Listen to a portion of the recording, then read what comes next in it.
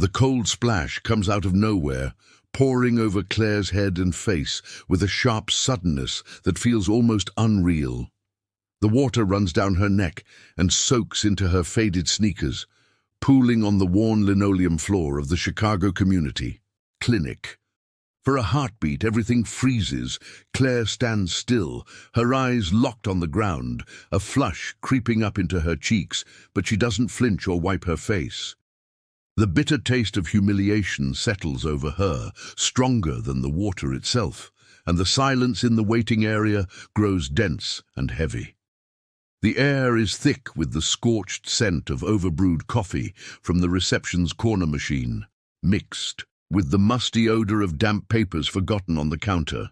The plastic chairs lining the beige walls hold a handful of people, each of them glancing at one another in disbelief, not quite sure if they should turn away or do something. You could almost hear the shuffle of nervous feet, the uncomfortable coughs, small noises that seem louder in rooms where something wrong is happening and nobody quite knows how to react.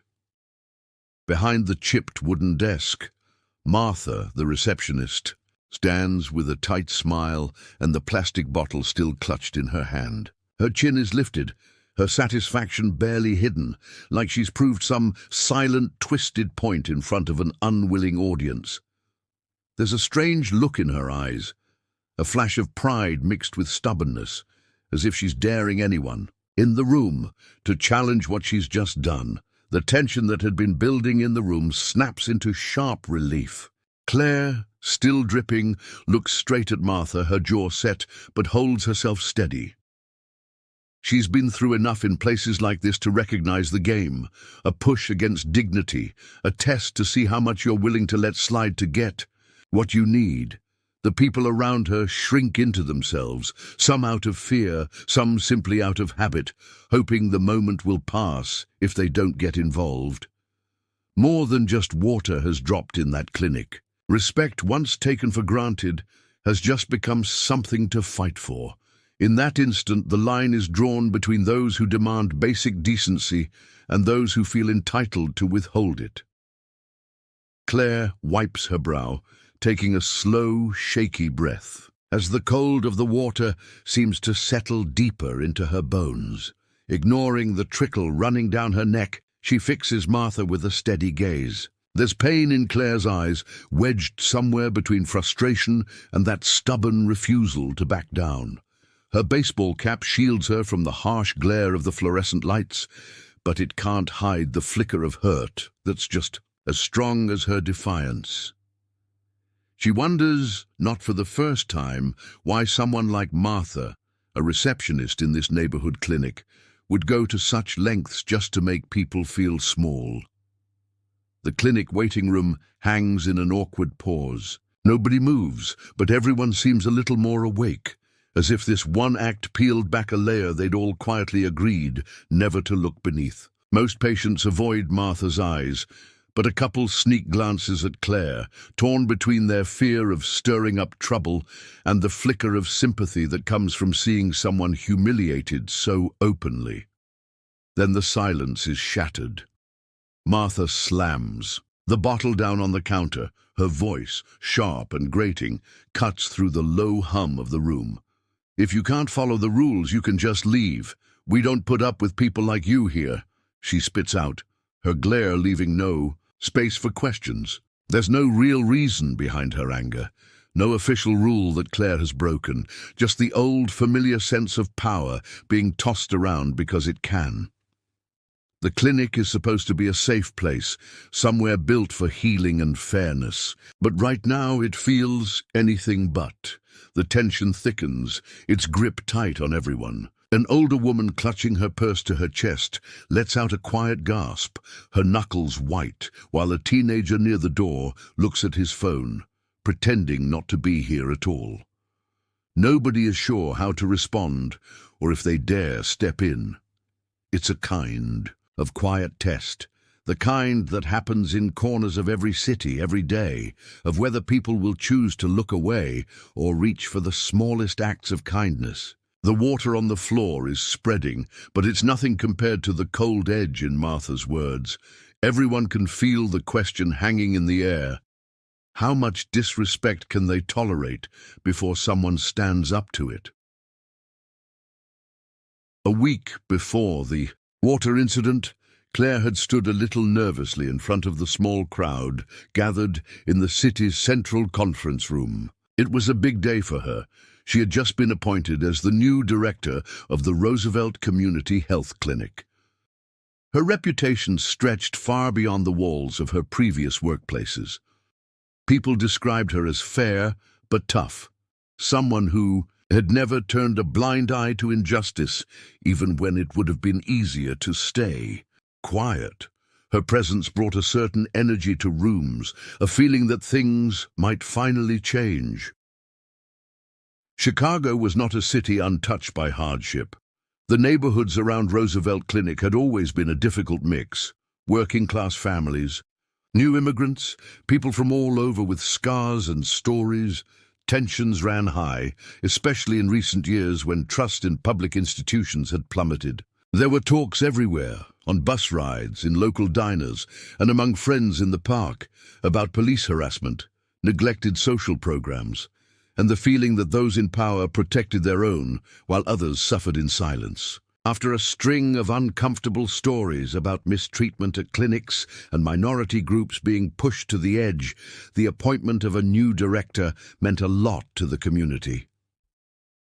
Everyone, it seemed, was hoping Claire would be different. Some believed she really could build bridges and make Roosevelt a true place of welcome, but others were skeptical, worn down by one too many empty promises and reassurances that had never resulted in change. The room buzzed with questions after her introductory speech, questions about protocol, about reporting abuse, and about whether Claire would actually hold the clinic's influential staff accountable if they misstepped. Claire felt the weight of those questions and even more, the overwhelming feeling that she owed honest answers to everyone in that room and beyond. The job was not just about managing appointments or balancing budgets. It was about restoring faith in a system that many had all but abandoned. That responsibility kept her up at night, replaying scenarios in her mind of how she could stand her ground if challenged by old habits or people who just did not want things to change. So when Claire walked the halls later that week, she paid extra attention to the staff rooms, lingered near the intake desk, and made time to talk to patients. She knew real change never happened all at once, but she had promised herself and her city that she would not look away from what needed to be fixed. One thing that everyone learned quickly about Claire was her insistence on seeing things for herself, no matter how uncomfortable it might be. Since her first day as director, she had rejected the idea of just reading the monthly reports or accepting the sugar-coated updates during staff meetings. For her, the only way to really understand what was wrong and what was working at Roosevelt Clinic was to get out of her office and experience the routine alongside everyone else. She believed the truth was often hidden in daily details that never made it onto official paperwork. With this in mind, Claire came up with a plan that was both bold and, honestly, a little risky. She would pay unannounced visits, sometimes going as far as to disguise herself as an everyday patient or visitor to different parts of the clinic and its neighborhood outreach sites. Nobody else would know in advance, not even her assistant Annie, who had just started getting used to Claire's schedule. The goal was straightforward: to watch firsthand how rules were followed or not, how people's needs were really met, and how respect played out in countless small moments, from the front door to the last exam room. She started these visits within a week of stepping into her new role. Claire changed into jeans and a sweatshirt, pulled her hair under a cap, and took a bus from her apartment on the south side rather than driving her old Honda. There, in the busy entrance of an urgent care outpost on Western Avenue, she stood in line and listened as a young mother begged for meds for her asthmatic son, and two men traded stories about losing work hours waiting for prescriptions. Claire watched Martha, the same receptionist from before, scold a confused senior for missing some paperwork, her words clipped and impatient. No one seemed to notice when a woman with mobility problems struggled through the heavy doors. It was in these anonymous moments, waiting, listening, blending in, that Claire saw the gap between the official image of the clinic and the lived reality of its visitors. She wrote notes in her phone about what she saw and thought about the way respect should show up, not just in big gestures, but in eye contact, patience, a simple, "let me help you," at the right moment. More and more, she understood that changing the Roosevelt Clinic would take more than new policies. It would demand that every person there, herself included, start treating respect as non-negotiable every hour of every day. Claire's idea for these undercover visits was not just a spur-of-the-moment decision. She planned everything carefully, right down to the pseudonym she would use. Lisa. That first morning, she looked in the mirror, pulling a battered baseball cap low on her forehead, and barely recognized herself without her usual neat hair and careful makeup. She put on old sneakers and a loose, faded sweatshirt she found in the back of her closet. The goal was to blend in, to walk the hallways of Roosevelt Clinic as anyone else might. Just a regular person with no authority, no title, and most importantly, no armor. There was a certain nervous energy in her stomach as she headed out. Roosevelt Clinic's main site had built up a reputation over the years, and not a good one. Countless complaints about cold, even hostile treatment had surfaced, especially against Martha, the receptionist whose name popped up on too many of the community's stories of neglect. Behind the desk, Martha was famous for her quick temper and for making snap judgments about people based on how they looked or how well they spoke English. Many families, especially those new to Chicago or struggling to get by, left feeling worse than when they had arrived. As Claire, now Lisa, joined the short line in the reception area, she scanned the faces of the staff and other patients. Nobody even gave her a second glance. For the first time since taking her new job, she understood what it felt like to be just another name on a clipboard, another case in a long day for the clinic workers. She shuffled forward with the others, head down, trying to make herself small. When it was her turn at the counter, Martha looked her up and down, not bothering to disguise her irritation. Claire asked a couple of simple questions about signing, in for a checkup, and was met with clipped, dismissive answers. She watched how Martha's tone shifted depending on who she spoke to. There was an open kindness for a man in an expensive suit, but barely concealed contempt for a tired woman with a heavy accent. Claire made a mental note of every detail, her heart aching for all the people who'd been brushed off or shamed for needing help. Today, for the first real time, the problem was not abstract at all. It was in her face, sharp and uncomfortable. This was the test Claire had set for herself, and she knew it was only the beginning. Before setting out for her undercover visit, Claire thought through every detail she needed to make her story believable. As Lisa, she would ask about getting a protective order because she had been having trouble with a threatening neighbor. It was an issue that called for someone at the front desk to listen with care and offer solid advice, even though it was not a crisis. Claire hoped the staff would show her the same support and patience they would for anyone else in need. To keep her cover, Claire borrowed a grey sedan from a friend instead of driving her familiar Honda. She left her phone at home, took only an old wallet, and made sure she brought nothing with her that would link Lisa back to Claire, the clinic director. She parked a block away from the Roosevelt Clinic, blending into the morning crowd, hurrying down the cracked sidewalks. Her pulse picked up as she reached the faded brick building. The tall glass doors squeaked loudly as she pulled one open and joined a couple of other women in the lobby. Inside, Claire took in the scene as if for the first time. Dingy walls patched up with off-color paint, notices posted haphazardly, and the faint, lingering smell of disinfectant. She waited her turn, listening as people ahead of her spoke, in quick, nervous bursts, asking for everything from prescriptions to help with insurance paperwork. Some left looking relieved, but mostly they walked away with more questions than answers, some even wiping at their eyes. When Claire finally reached the reception, she introduced herself as Lisa and quietly explained her fabricated situation. A neighbor had been making her feel unsafe in her own apartment, and she wanted to know what protection she could get. Martha, sitting behind the desk, barely looked up. Her answers were cold and short, offered without a hint of empathy or interest. She waved a stack of forms at Claire and told her to fill these out and wait over there, with no further explanation. Standing there in her worn clothes, Claire felt the full sting of being just another face in the crowd, asking for help and getting brushed aside. It was exactly this experience she needed to understand how the clinic's front lines were failing. People, how easy it was for someone to slip through the cracks when those in charge did not care to see them. When Claire stepped farther into the lobby, the atmosphere settled over her like a heavy coat she could not shrug off. The place itself spoke volumes. Paint flaked off the walls in pale strips.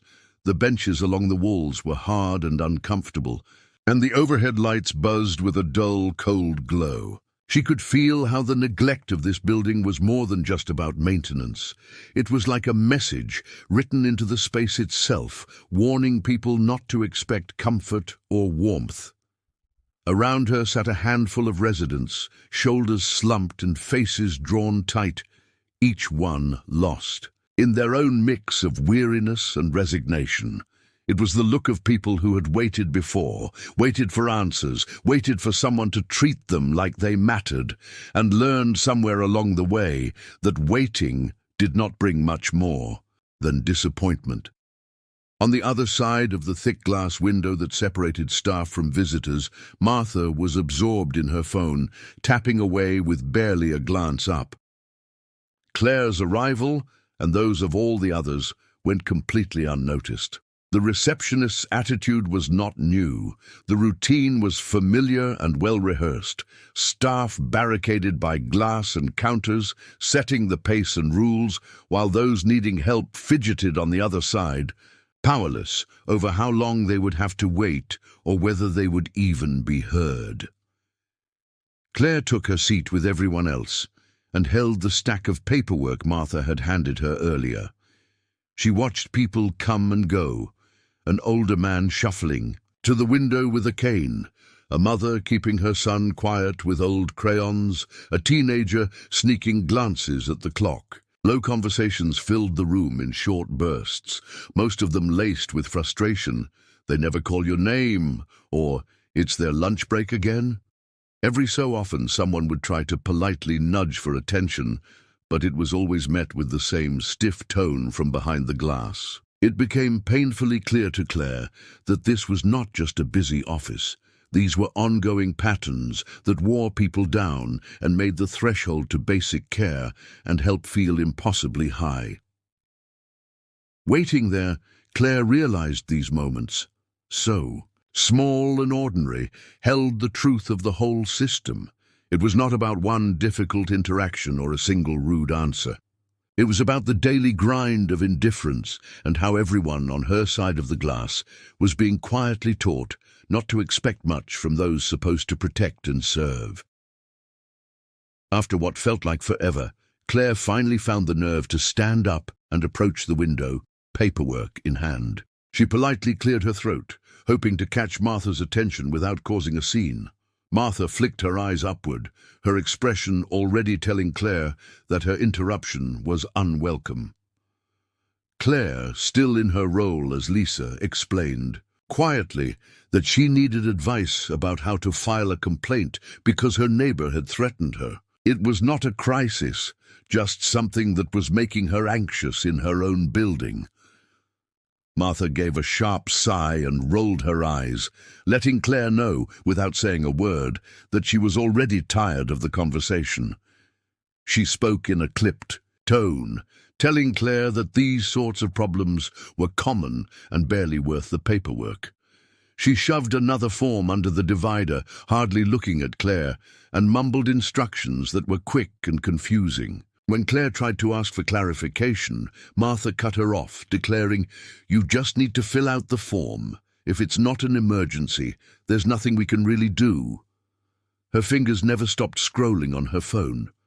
It was not just the words, but the way they were said, the flatness in her voice, the little sighs, the way she looked through Claire rather than at her. For a moment, Claire wondered what might happen if she really was Lisa, a woman without connections or resources. Would she just give up and leave? Every attempt at keeping the conversation going came up against a wall of indifference and unspoken judgment, as if Claire's worries were nothing more than an inconvenience. While waiting in the stuffy lobby, Claire heard Martha greet a well-dressed visitor with a surprisingly warm tone, asking if there was anything she could do to help. The difference was obvious and painful. To Martha, some problems and some people just seemed to matter more. Claire felt her frustration simmer, mixed with the growing understanding that dignity here was not a given, but something you had to earn in the eyes of whoever held the power that day. If they liked or respected you, maybe things went a little smoother. Otherwise, you were just another bother, someone to push aside till their shift ended. Standing there, Claire knew these small moments were the root of the problem she had set out to change. As the conversation wore on, Claire felt her patience slipping away. She tried to stay calm, but the constant dismissal and coldness weighed on her. Gathering herself, she looked Martha straight in the eye and, using a firm but steady voice, said she had a right to report her problem and deserved to be heard. Claire added that she wanted to know Martha's full name and her staff identification. The air in the lobby seemed to shift. For the first time, Martha's face showed more than indifference. There was a flash of anger as her authority was openly questioned. In that moment, the tension ratcheted up. Martha, clearly irritated, now leaned in closer to the glass. Her words sharpened and she spoke, louder so others in the room would hear. "You should watch how you speak to public employees," she told Claire, her tone making it sound less like a reminder and more like a threat. She refused to offer her identification, insisting that troublemakers like Claire should just leave if they did not like how things worked. Around them, the lobby grew very still. People's conversations fell silent as faces turned their way. Some looked worried, others curious. Several people seemed torn between looking away and watching in solidarity. Claire felt a wave of embarrassment but pushed it aside. Even as a wave of nerves threatened to break through, she stood her ground, repeating her request calmly and refusing to look away. For Martha, the public challenge was unforgivable. Her cheeks turned a deep red and her jaw tightened. She announced, in a voice loud enough for everyone to hear, that she would call building security to remove Claire for causing a disturbance. The words hung between them, blunt and menacing. Martha picked up her phone and started dialing, her posture rigid and her eyes hard. Claire caught the eye of a young woman across the lobby who mouthed, "Stay strong." Even as the threat loomed, Claire felt a charge of determination pushing her forward. What began as a simple undercover visit had turned into a showdown, the very thing she had feared and, in a way, expected. With every eye on her, Claire realized how easily a person asking for dignity could become a problem in a place supposedly built to help. The truth of this ugly, uneven fight was now out in the open for all to see. Claire's refusal to sit quietly or back down was like lighting a fuse. In the charged silence of the lobby, Martha's emotional control crumbled. Her face twisted in anger, and it was clear she could no longer keep up the act of professional detachment. She slammed her phone down, muttering under her breath as she pushed back her chair and stood up. For the first few seconds, Claire thought Martha might simply shout her out of the building or gesture for security. but something snapped. All eyes in the lobby were fixed on the scene, as Martha, fueled by a mix of resentment and wounded pride, stormed through the door that separated the staff area from the waiting room. She marched toward Claire, who braced herself, not fully sure of what was about to happen. Martha's steps were quick and heavy on the worn tile floor, her posture tense, her hands clenched around a half-empty plastic water bottle. Without a word, Martha came to a stop right in front of Claire. There was a moment, the briefest second, where Claire saw the frustration boiling over in Martha's expression. Then, in one sharp move, she lifted the bottle and dumped the cold water right over Claire's head. The sound of the bottle emptying and the sudden coldness of the water seemed to echo through the space, punctuating the moment with a sharp, icy clarity. Everything seemed to freeze, except for the drops of water sliding down Claire's face and neck. The shock of it made her gasp, not just from the unexpected cold, but from the humiliation of standing soaked and exposed in front of a silent crowd. It took a moment for everyone to process what had just happened. Some gasped, others looked away in shame or disbelief. For several long seconds, there was only the spatter of water falling to the tiles. Even Martha, now panting with anger, seemed startled by her own action. The tension in the room reached its peak. No one dared move or speak. For Claire, the humiliation was sharp and real, made even worse by knowing that right now she represented every person who had come here for help and left bruised by indifference or outright cruelty. The water was a physical reminder of the power imbalance, of just how quickly things could turn against someone not deemed important enough for respect or kindness. The stunned silence that followed was thicker than any words. The only sound in the entire lobby was the steady drip of cold water from Claire's hair and clothes, puddling at her feet. She stood very still at first, her body shivering not just from the chilly water, but from a swirl of emotions. Anger burned hot in her chest, tangled with a deep sadness and a sharp sense of outrage at how quickly things had spiraled. All around her, people stared, a few with wide eyes, others exchanging glances, as if quietly trying to calculate who Claire really was and what could have pushed her to resist so openly.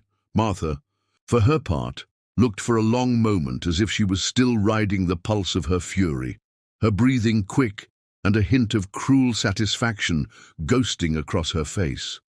But as she watched Claire, that smugness faded. Claire pushed her wet hair out of her eyes, wiped a streak of water from her cheek, and lifted her chin with a calm and quiet defiance that seemed to shrink the angry receptionist down. Slowly, Claire brought her hand up and removed the plain baseball cap she'd worn, revealing her whole face to everyone in the room. For the first time, those who recognized Claire, a respected clinic director who had spent years fighting for justice in their neighborhood, sat up a little straighter. Murmurs began to spread, quiet but building, as the truth of her identity traveled through the crowd. People who had first seen her as just another face, another problem, were putting it together now. Some watched with new respect, others with embarrassment at having witnessed the humiliation. A shift happened in that moment. What had seemed just minutes before like Martha's personal stage, her domain of unchallenged authority, now started to slip away from her. Martha's face lost its color, and her shoulders sank as she realized that the situation was no longer under her control. The crowd's quiet sympathy for Claire began to solidify into something stronger, judgment and, just maybe, a readiness to actually stand up instead of sitting back. While Claire remained drenched and uncomfortable, she stood tall, meeting the gazes that came her way, insisting through her presence alone that this moment would not be hidden or ignored. The balance of power in the room had changed, and everyone present could feel it. No one in the lobby could look away as Claire, still standing there, soaked but composed, took a breath and spoke. Her voice came out steady and cool, completely different from the uncertain tone she had used just minutes earlier as Lisa. "My name is Dr. Claire Jefferson," she announced, each word echoing sharply across the waiting room. She let the weight of her words linger before going on. "I am the newly appointed director of Boston's Community Health Initiative, and I am here to see firsthand how people are treated when they come to us for help." The effect was immediate and impossible to ignore. For a second, there was disbelief as staff and visitors alike tried to process what had just happened right in front of them. Claire's name was well known across the city, especially among those who worked in local health and public services. Her appointment to lead the initiative had made the evening news less than 2 weeks ago, and her reputation for defending those who needed help most had only grown stronger since. Now, with her identity revealed, the mood shifted from silent shock to anxious murmurs. Staff who had watched Martha with blank faces showed sudden waves of alarm or regret. Visitors who had kept their distance now grew curious, whispering and pulling out their phones. Martha, who had moments before seemed untouchable, staggered a step backward. The empty plastic bottle slipped from her hand, clattering to the floor. Her face turned ashen, her mouth working to form an apology she could not seem to get out. She glanced around the room, searching for some support, but no one moved to help her. Her authority, so sure a minute ago, dissolved in the space between her and Claire. It did not take long for word to ripple out, spreading from one person to the next, first a hush, then a wave of conversation that made its way toward the reception desk and into the hallway beyond. Even the guards at the back, who had started moving forward when they thought trouble was brewing, now froze, unsure of what to do. The balance in the room had shifted entirely, and every person present knew it. Claire's reason for coming had not only been discovered, it had torn the mask off the reality of that office and left it exposed for all to see. The reality of what had happened finally crashed down on Martha. Gone was her earlier confidence. The hard look on her face vanished, replaced by panic that colored her voice and made her hands shake. She started to babble, words tumbling out all at once, her tone full of desperation. "Dr. Jefferson, I'm so sorry. I truly had no idea who you were," she blurted, her voice almost a whisper at first, then growing louder as if she hoped someone would jump in to defend her. She offered quick excuses about her difficult morning and personal problems weighing on her. She insisted she had been under lots of stress lately and that all she wanted was to do her job, but that sometimes emotions got the better of her. In the space of a few minutes, Martha's posture changed completely. She went from holding herself upright, radiating authority, to nearly hunching over the desk as if she could make herself smaller. She begged for forgiveness, her face red and her eyes brimming with tears. At one point, she actually took a step toward Claire, hands open as if pleading, but then pulled back, clearly uncertain about what she was supposed to do now. Her voice broke with each word, repeating how she had not meant any harm and how everything would have been different if she had only known who Claire was. The people around them grew more uncomfortable, some glancing away and others watching the drama play out like a scene in a film they had not expected to see. For Claire, these pleas barely registered. She kept her eyes on Martha, her face steady and unreadable. But there was an unmistakable edge of disappointment in her gaze. She listened, but with the resigned patience of someone who had heard the same empty apologies hundreds of times before.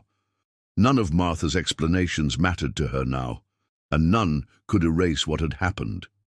Claire knew too. Well, for every case like this that made it to the light of day, there were so many others that would never find justice. She thought of the countless people who had come into this building for help, people who faced the same dismissive treatment, the same humiliations, but did not have a title or recognition to protect them. Claire understood that what happened Today was not about her at all, but about all those unheard voices lost behind closed doors. Claire did not pause or give Martha's desperate pleas any more time than necessary. Keeping her composure, she spoke with a steady voice, one that left no room for debate. She announced, calm and clear, to everyone in the room, "I need to speak with Superintendent Michael Harris immediately." Her words, unmistakable in their tone, made it obvious this was no ordinary situation. Claire demanded that all proper steps be followed right away, to suspend Martha from her duties and to make sure she would have no contact with staff or the public while an investigation took place. She insisted that every detail be recorded and that there be no shortcuts. Claire's focus was on protecting the process, not on retribution. The response was swift. Someone at the reception desk picked up the phone and dialed, barely making eye contact. Word had already spread through the building and no one wanted to make another mistake in front of her. Less than 5 minutes passed before Superintendent Harris entered.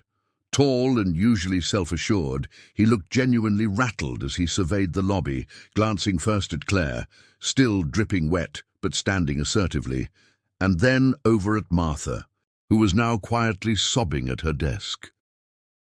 Harris took a deep breath and nodded at Claire, acknowledging her authority and the seriousness of the scene. He promised in a firm, if slightly shaken voice, that everything Claire requested would be handled immediately. He spoke quietly with the head security officer, who stepped forward to politely but firmly ask Martha to gather her things. The words were unhurried and careful, but unyielding. Martha nodded, face streaked with tears, and followed the officer out of the lobby, never looking back. With Martha gone, the atmosphere in the room began to reset. The usual hum of bureaucratic routine returned, but it felt somehow different.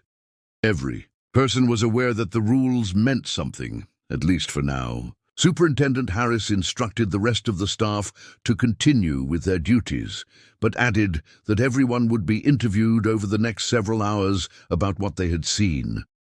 He looked at Claire with a mixture of respect and concern, understanding that the organization required discipline to earn back some of what had been lost in those few minutes. Slowly, order replaced chaos. For the first time that day, the institution's processes had stepped in to restore a sense of justice. The crowd, still processing what they had witnessed, quietly fell back into place, perhaps with a new understanding of how quickly everything could change when someone insisted on doing what was right. Within a few minutes of Martha's removal from the lobby, the investigation process was put into motion, this time under Claire's direct supervision. She made sure that all the right steps were followed, leaving no room for shortcuts or misunderstandings. A specialized team from Boston City Services, people trained to deal with sensitive cases like this, arrived promptly.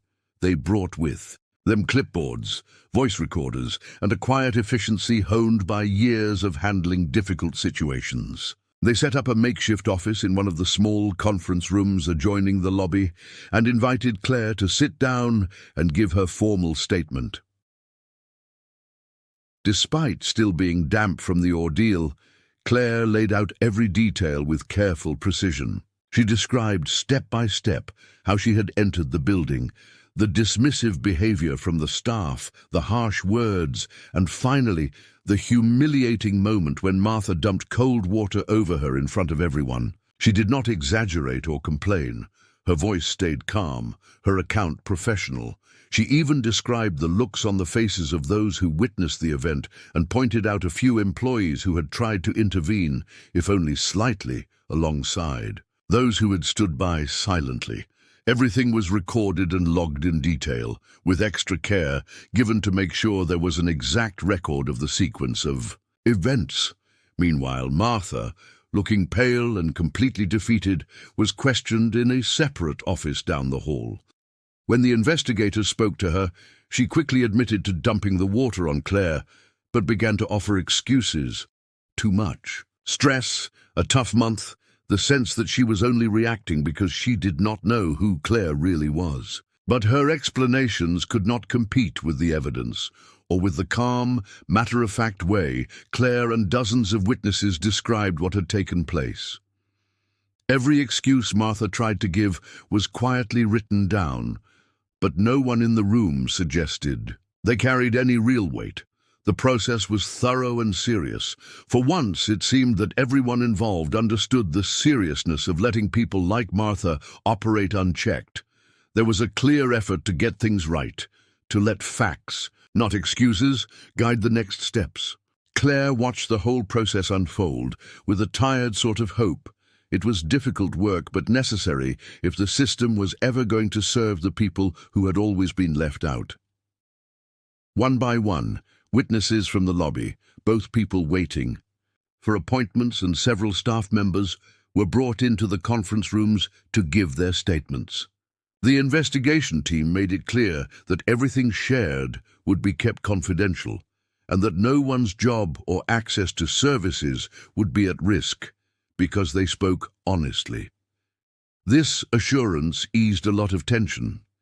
People who had been sitting quietly during the incident now spoke up, their voices hesitant at first, but growing more confident as they realized they would be protected. Some described the way Martha's tone had turned sour as soon as Claire walked through the door, while others remembered tiny details: the rolled eyes, the impatient hand gestures, or the way Martha snapped orders at her colleagues whenever. She felt challenged. It all added up, matching perfectly with what Claire herself had described only an hour earlier. It was not just their words, though, that painted a clear picture. The security team quickly pulled up footage from the cameras in the entrance and lobby. There, every step could be seen. Claire entering in plain, everyday clothing, Martha barely glancing up. The exchange growing tenser as Claire tried to explain her situation. And then, finally, the moment when Martha, visibly angry, grabbed that plastic bottle of filtered water and emptied it over Claire's head in front of the whole waiting room. The whole thing played out in digital clarity, impossible to deny or twist. With this evidence in hand, the investigators looked into Martha's work history.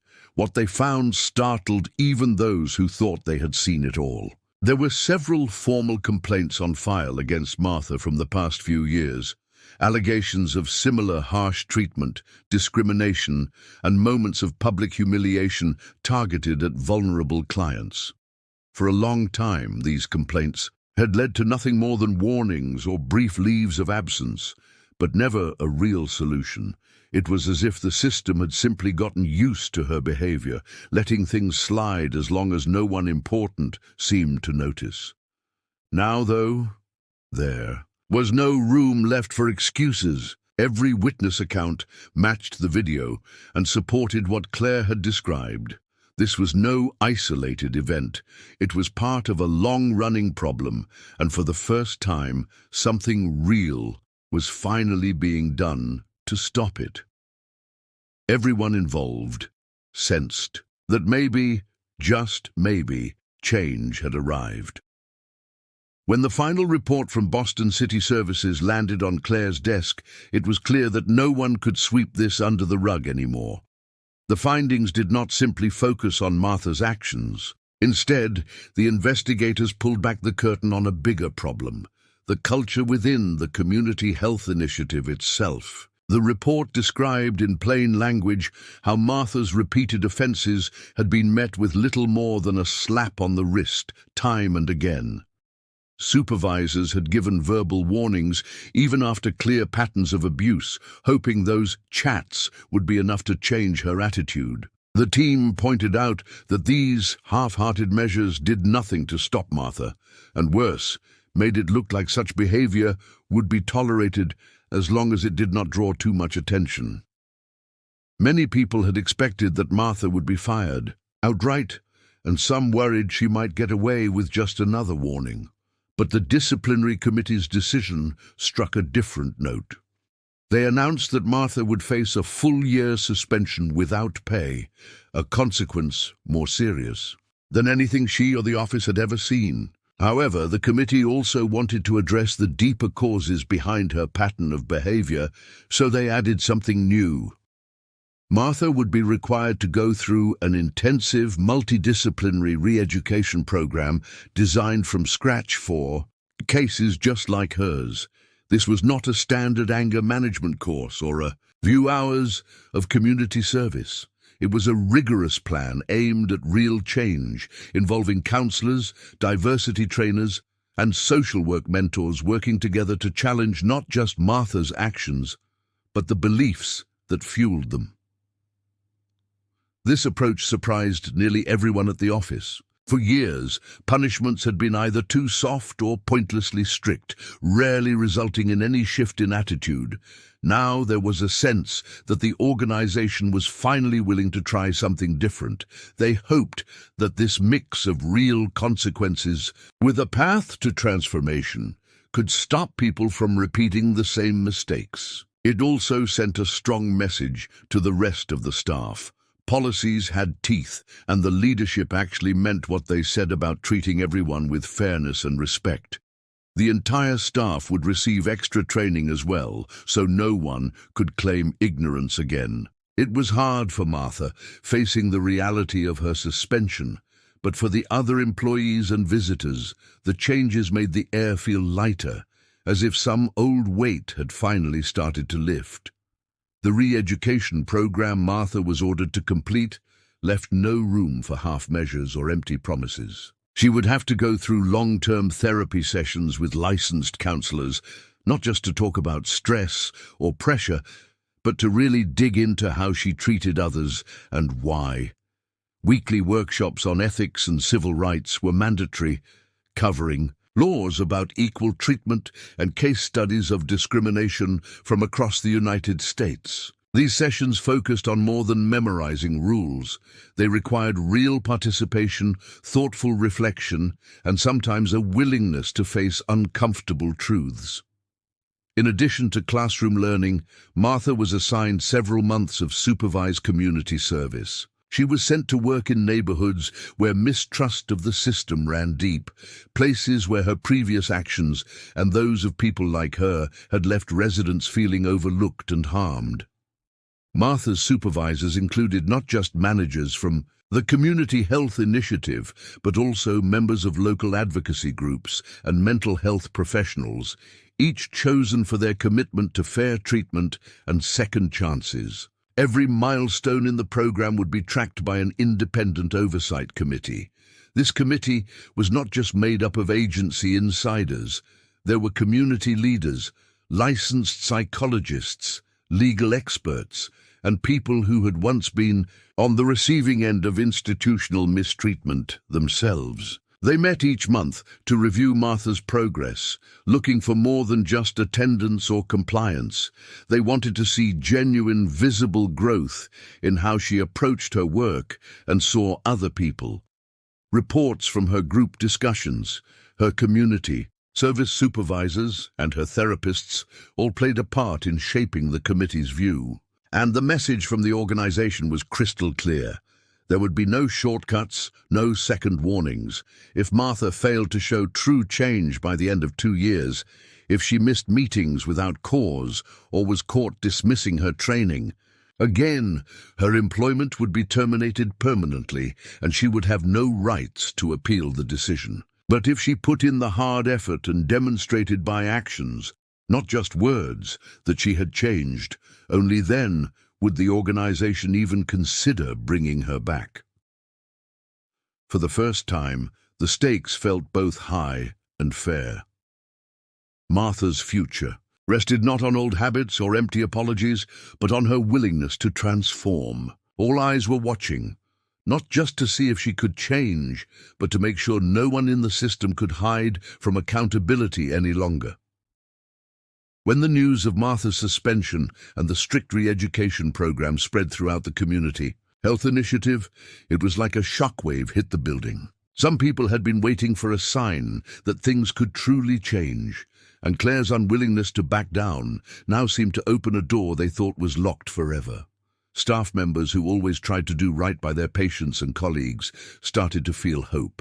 Conversations in the break room and hallways changed tone. People began openly talking about fairness, respect, and what accountability should really mean in a place like this. They recognized that for the first time, someone had not only taken a stand, but actually followed through with real consequences and the promise of honest change. At the same time, it would have been unrealistic to expect everyone to welcome the new approach.